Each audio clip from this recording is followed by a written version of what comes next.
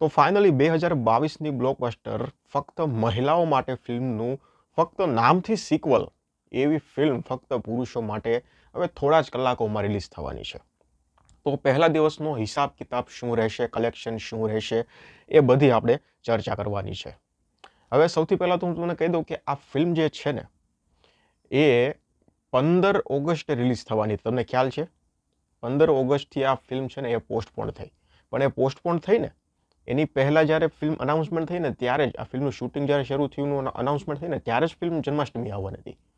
પછી પ્રીપોન્ડ કરીને 15મી ઓગસ્ટ લઈ ગયા અને પછી ફરીથી આ ફિલ્મને પોસ્ટપોન કરવામાં આવી. કારણ કે 15મી ઓગસ્ટે કેટલી ફિલ્મો આવી તમને બધાને ખબર જ છે. અને સારું થયું ભાઈ આ પાછી 15 ઓગસ્ટથી પોસ્ટપોન થઈને જન્માષ્ટમી આવી ગઈ. બાકી મોટી મોટી ફિલ્મો પેલી સ્ત્રીની સામે ઝૂકી ગઈ તો તમને ખબર જ છે. એટલે હવે અત્યારે જ્યારે જન્માષ્ટમી પર આ ફિલ્મ આવે છે ત્યારે કોઈ ટ્રાફિક નથી. એકદમ સરસ અને મસ્ત પરિસ્થિતિ છે, સંજોગો સારા છે, એટલે આ ફિલ્મને ક્યાંક ને ક્યાંક થોડો એનો ફાયદો તો મળશે જ.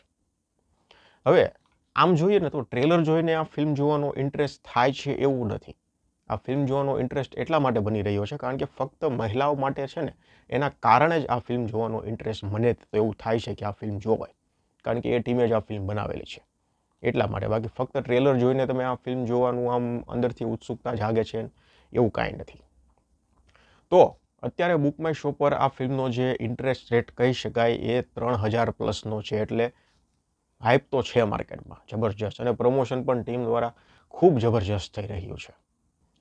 શોની વાત કરીએ ને તો એવરેજલી આ ફિલ્મને લગભગ 5થી 6 શો એવરેજ પર થિયેટર મળેલા છે. જો 15 ઓગસ્ટે આ ફિલ્મ આવ્યું હોત ને તો લગભગ 2થી 3 શો તો માંડ મળત. કારણ કે એટલી ફિલ્મો આવી હતી એટલે શો આપવા તો મુશ્કેલ જ બને. અને એમાં સીધી જ વાત છે ભાઈ, ગુજરાતી ફિલ્મોને શો એ લોકો ઓછા જ આપે. પણ અત્યારે 5થી લગભગ 6 શો એવરેજલી ફિલ્મને મળેલા છે, જે ખૂબ સારી વાત છે. હવે થશે એ કે ખેલ મેં, વેદા, પછી આઈ સ્માર્ટ ને આ બધી ફિલ્મોના શો ઘટી જશે.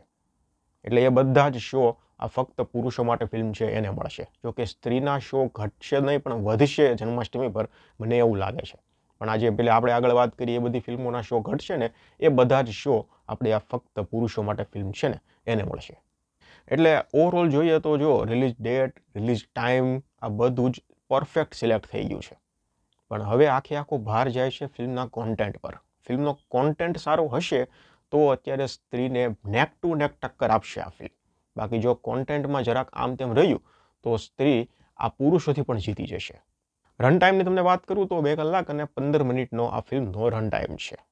હવે વાત કરીએ આપણે પહેલા દિવસના કલેક્શનની. તો જો રિલીઝ ડેટ, રિલીઝ ટાઈમ, તહેવારો છે ને આ બધું ધ્યાનમાં રાખીએ, સમય, સંજોગો, પરિસ્થિતિ બધું એકદમ પોઝિટિવ છે. એટલે પહેલા દિવસનું કલેક્શન મારા ખ્યાલથી 40થી 50 લાખની અરાઉન્ડ આવશે. કારણ કે પહેલા દિવસ એટલે શુક્રવારનો દિવસ છે, ત્યારે કોઈ રજા નથી, વર્કિંગ ડે છે. રજા શરૂ થાય છે રવિ, સોમ અને મંગળ. એટલે જબરજસ્ત કલેક્શન છે ને રવિવારે, સોમવારે અને મંગળવારે આવવાની આશા છે. અને આ 3 દિવસે પર ડે 60થી 70 લાખનું કલેક્શન આવશે એવી આશા છે. બાકી પહેલા દિવસે તો 40થી 50 લાખ એટલા માટે કારણ કે વર્કિંગ ડે છે, કોઈ રજાનો દિવસ નથી, એટલે નોર્મલ દિવસ છે. એટલે થોડું ઓછું પ્રિડિક્ટ કરેલું છે. બાકી શનિવારે પણ સારું એવું કલેક્શન આવશે, ત્યારે પણ વર્કિંગ ડે જ છે. પણ મેઇન રજાઓ શરૂ થશે રવિવાર, સોમવાર અને સોમવારે જન્માષ્ટમી. એટલે તો લગભગ 1 કરોડ સુધી પહોંચી જાય તો પણ વાંધો નહીં. પણ હા, કોન્ટેન્ટ સારું હશે તો. એટલે રિવ્યૂ જ્યારે શુક્ર શનિમાં આવી જશે પછી રવિવારે કેવું કલેક્શન આવે છે, સોમવારે કેવું કલેક્શન આવે છે એવી આશા છે. એટલે રજાઓમાં, તહેવારોમાં, રજાના દિવસોમાં કલેક્શન ખૂબ સારું આવશે. પર ડે લગભગ 70 લાખ, 80 લાખ ને 1 કરોડ સુધી જાય એવી આશા છે. બાકી તમારા મત મુજબ આ ફિલ્મનું પહેલા દિવસનું અને જન્માષ્ટમીના દિવસોમાં રજાઓમાં કેટલું કલેક્શન આવશે એ મને કમેન્ટ સેક્શનમાં જણાવી દો. ધન્યવાદ.